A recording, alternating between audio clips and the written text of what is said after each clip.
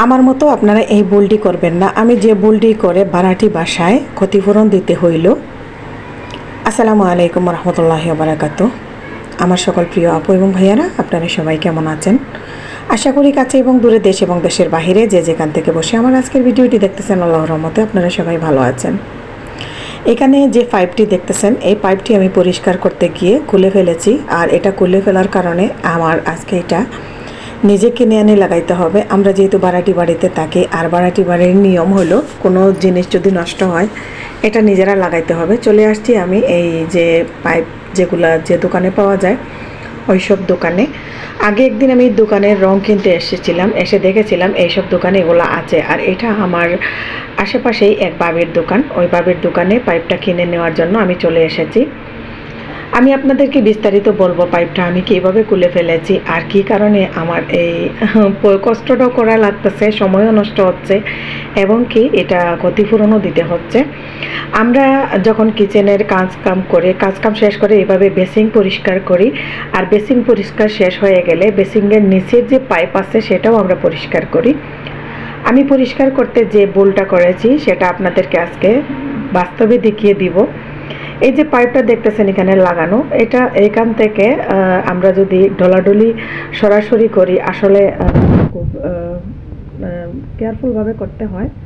আর আমি এটা সরাসরি এইভাবে পাইপের মধ্যে পরিষ্কার করতে লাগছিলাম, তাই এইভাবেই পরিষ্কার করতে লাগছিলাম, তাই ডলাডলি করতে গিয়ে ওইটা খুলে চলে আসে আমার হাতে।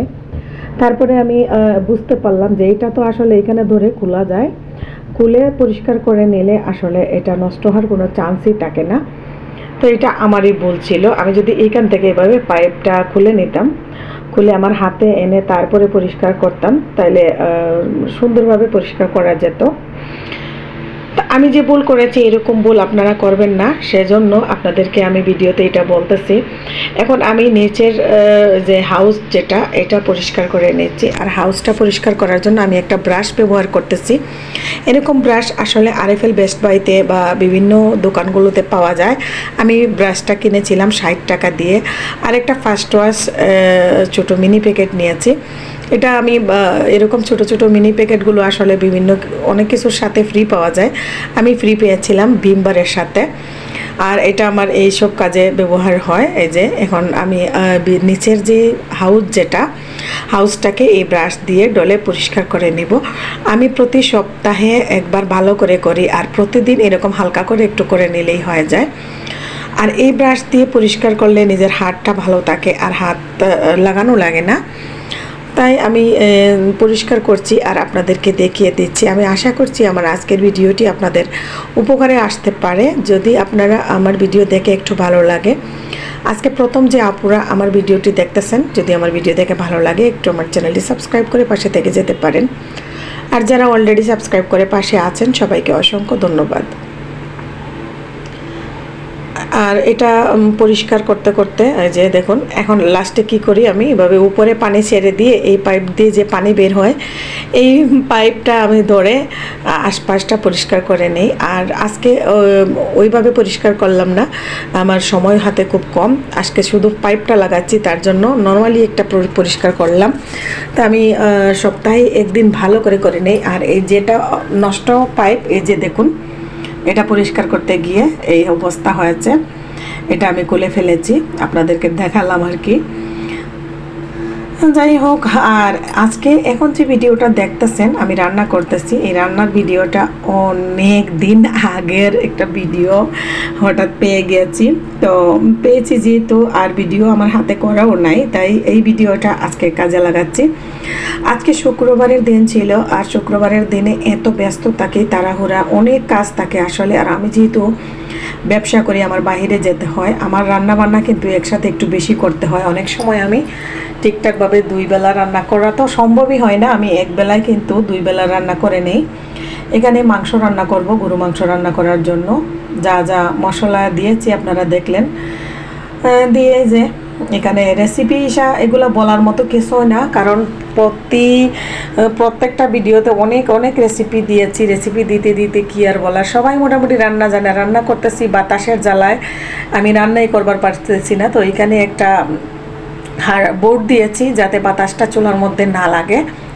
তারপরেও বাতাস লাগতেছে, কি বলবো, এত পরিমাণের বাতাস। আমি এখন যে সাইডে বাসাটা নিয়েছি এই সাইডে বাতাস থাকে বেশি। তো আমি বাতাসের মধ্যে আসলে রান্না করছি, একবার এই চুলায় নিচ্ছি আরেকবার ওই চুলায় নিচ্ছি। জানালা বন্ধ করে দিলে আবার গরমও লাগে, নিজের শরীরের উপরে সব তাপ চলে আসে। আমি এক চুলায় রান্না করতেছি গরুর মাংস, আর আরেক চুলায় আমি করলা দিয়ে মাছ দিয়ে রান্না করব। আমি ইউটিউব থেকে দেখে শিখেছি করলা দিয়ে আলু দিয়ে মাছ দিয়ে ঝুল ঝুল করে রান্না করা যায়। তো আজকে আমি ওটা রান্না করব, রান্না করে খাইয়ে দেখব কেমন হয়েছে। এর মধ্যে আমি একটা টমেটো কেটে নিচ্ছি। আর আমার কিচেনটা আসলে অনেক ছোট, খুবই শর্টকাটভাবে কাজগুলো করতে হয়। বড় কিচেন থাকলে রান্না করতে সুবিধা হয়। গরু মাংসতে আমি একটু টমেটো দিতেই হয়, টমেটো না দিলে আমার মনে হয় রান্নাটা অসম্পূর্ণ থেকে যায়। আর আমি এইটাতে এই কড়াইতেই আমি তরকারিটা রান্না করে ফেলবো, তার জন্য এই কড়াইতেই মাছটা ভেজে নিলাম। মাছ ভাজার পর ওই মাছ ভাজার তেলের মধ্যেই আমি পেঁয়াজটা ভেজে নিচ্ছি।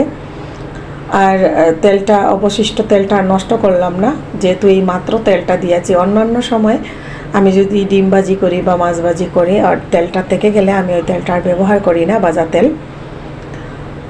পেঁয়াজটা লাল হয়ে গেলে আমি আদা রসুন বাটাও দিয়েছি, দিয়ে একটু পানি দিয়ে হালকা কষিয়ে নিচ্ছি। আর দুই চুলায় রান্না করলে সুবিধা হয় কি, একসাথে রান্নাঘর থেকে রান্নাটা করে শেষ করে বের হওয়া যায়।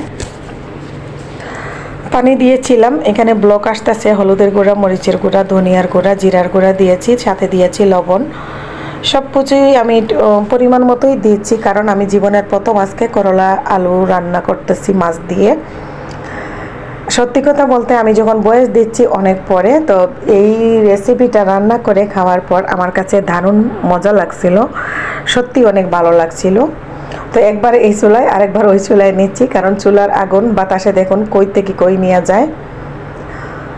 আমার পাগলা গোরা রে কই থেকে কই নিয়ে যায়, আমার পাগলা গোরা রে কই থেকে কই নিয়ে যায়। আচ্ছা, রান্না করতেছি, রান্না করতে করতে গানও একটা বলে ফেললাম। এতক্ষণ অনেক কথা বলে ফেলেছি। আপনাদের সাথে আসলে কথা বলতে আমার ভালোই লাগে, খারাপ লাগে না। জানি না আমার বকবকানি কে কতটুকু শোনে। আর বর্তমানে আমার ইউটিউবের ভিডিওতে কোনো রিচ নাই, কোনো ইমপ্রেশন নাই।